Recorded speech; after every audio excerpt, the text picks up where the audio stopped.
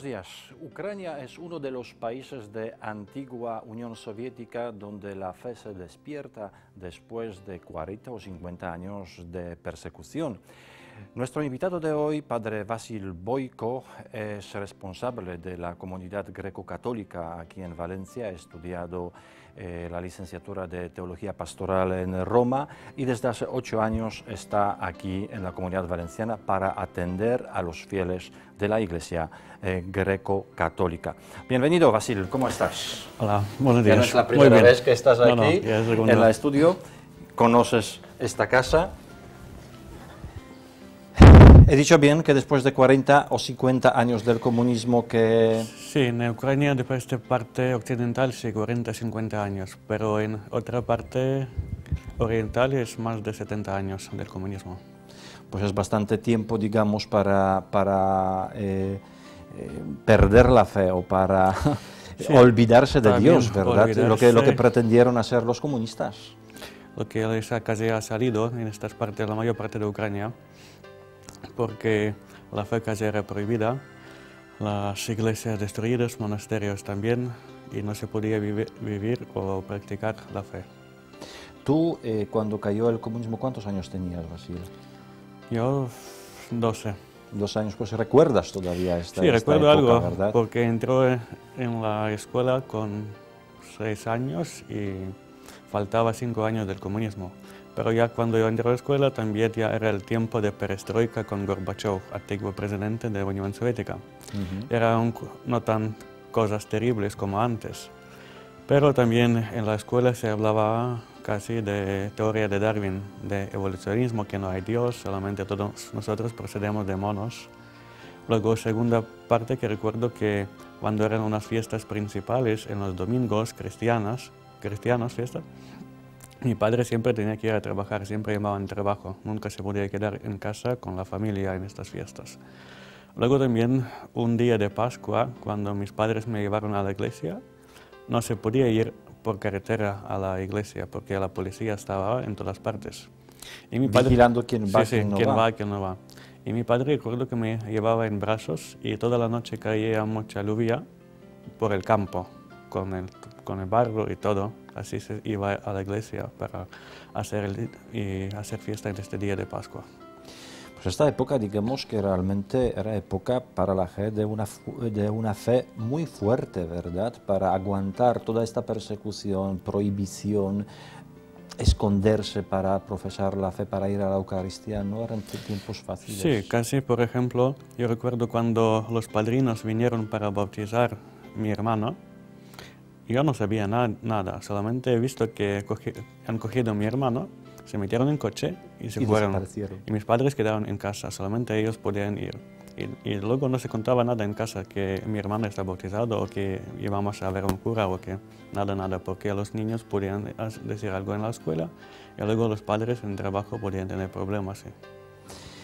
Ahora ya Ucrania vive, digamos que en plena libertad, con todas, digamos que las ventajas de la democracia. Durante este tiempo, ¿tú has visto, por ejemplo, que la gente aumentó su fe, que ahora las iglesias ya cada vez más se llenan, que más gente viene a la misa, que más gente se confiesa? ¿Se nota la diferencia?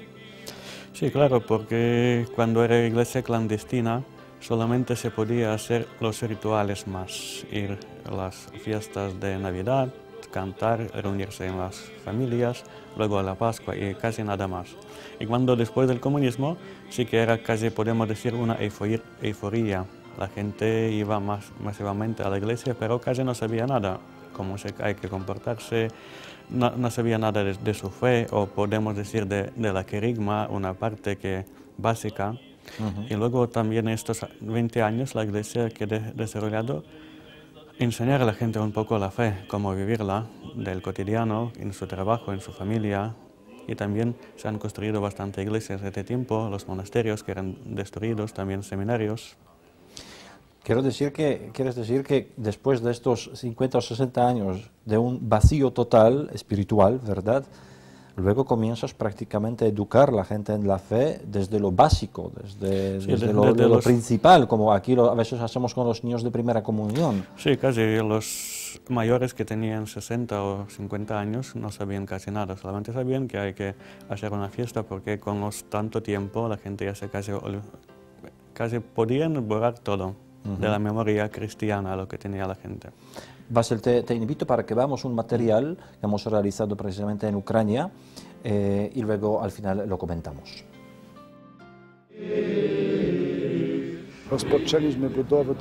Comenzamos a construir este edificio en julio de 2002.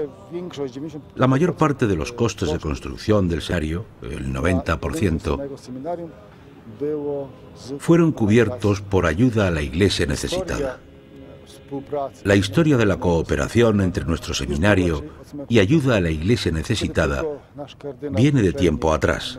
Tan pronto como nuestro anterior cardenal Miroslav Iván Lubachivsky regresó a Ucrania, el padre Berenfried van Straten viajó con él y prometió que ayudaría a construir el seminario. El seminario existe desde hace más de 2 siglos y creo que este es su tercer lanzamiento.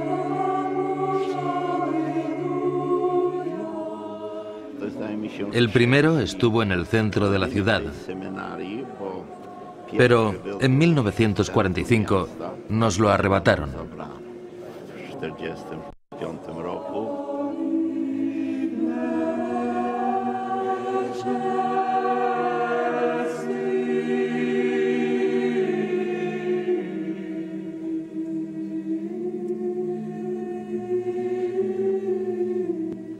La Iglesia Católica Griega Ucraniana fue durante gran parte del siglo XX la iglesia ilegal más grande del mundo, así como la comunidad de oposición social más grande dentro de la Unión Soviética.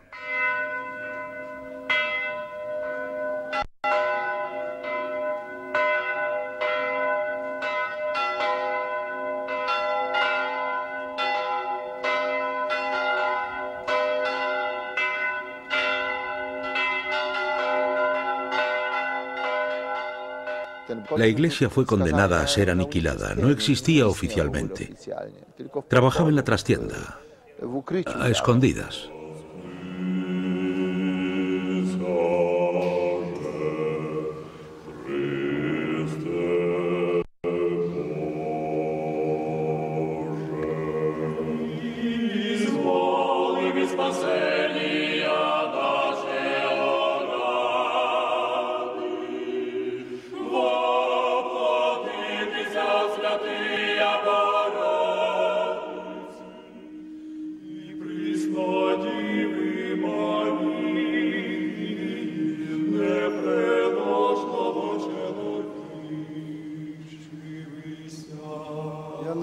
Mi nombre es Boguslav. Estudié en el seminario clandestino. Estudiar en el seminario era muy... ¿cómo puedo expresarlo? Muy extraño. En realidad solo nos encontrábamos 2 de nosotros, profesor y estudiante. Cuando nos marchábamos de casa, solíamos despedirnos de nuestros seres más cercanos y queridos como si no fuéramos a verlos de nuevo, porque nadie sabía lo que nos deparaba el futuro. Ser seminarista clandestino implicaba la amenaza, en el mejor de los casos, de una condena en prisión y, en el peor, Dios nos libre, de pena de muerte o ser enviado a Siberia. Hablo por las hermanas, los obispos y los sacerdotes que trabajaron en aquel tiempo. Lo que se está haciendo realidad ahora es probablemente parte de sueños realizados, de esperanzas ocultas suscitadas en la clandestinidad. En cierto sentido es el fruto de su labor. Se arriesgaron muchas veces al exilio, a la deportación a Siberia, a Colima. No obstante, siguieron trabajando. Y ahora hay señales de un renacimiento, de desarrollo real, de un gran dinamismo. Y todo eso nos da gran esperanza, por supuesto. Esperanza para el futuro de esta iglesia, para el futuro de los cristianos y católicos de Ucrania.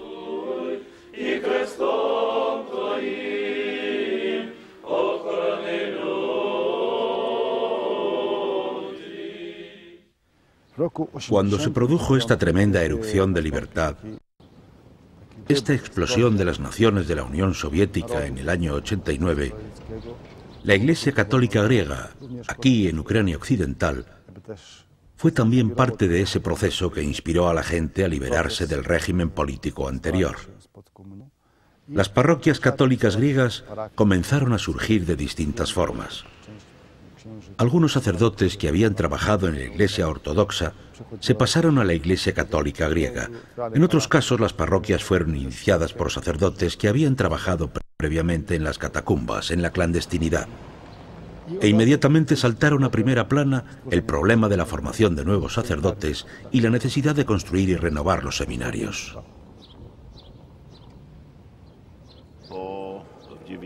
Por decirlo, tras 1990, tuvimos una situación muy provisional. Durante 15 años se las tuvieron que arreglar como pudieron.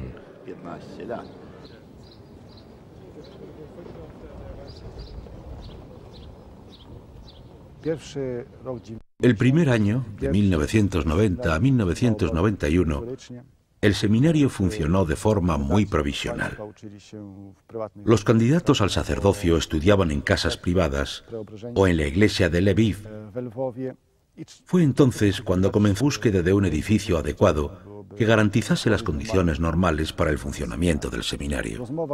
Se tomó rápidamente una decisión, seguida de conversaciones con las autoridades de la ciudad de Lviv, para entregar edificios justo en las afueras, en la ciudad de Rudno. Un antiguo campamento juvenil de verano comunista para los llamados pioneros. Pronto comenzaron los trabajos para adaptar el edificio a las necesidades de un seminario. El edificio, por supuesto, había sido construido para cubrir otras necesidades y solo durante la época estival.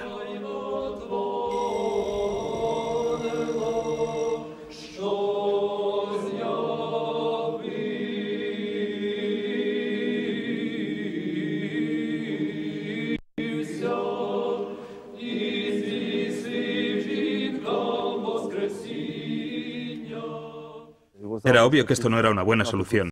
No había habitaciones para una biblioteca, no había calefacción, las duchas estaban en otro lugar y no existían las condiciones para vivir aquí en invierno. Tan pronto como llegué al seminario, me comprometí a no ahorrar ningún esfuerzo para conseguir la construcción del seminario, y lo que es más, uno que fuera adecuado para el siglo XXI.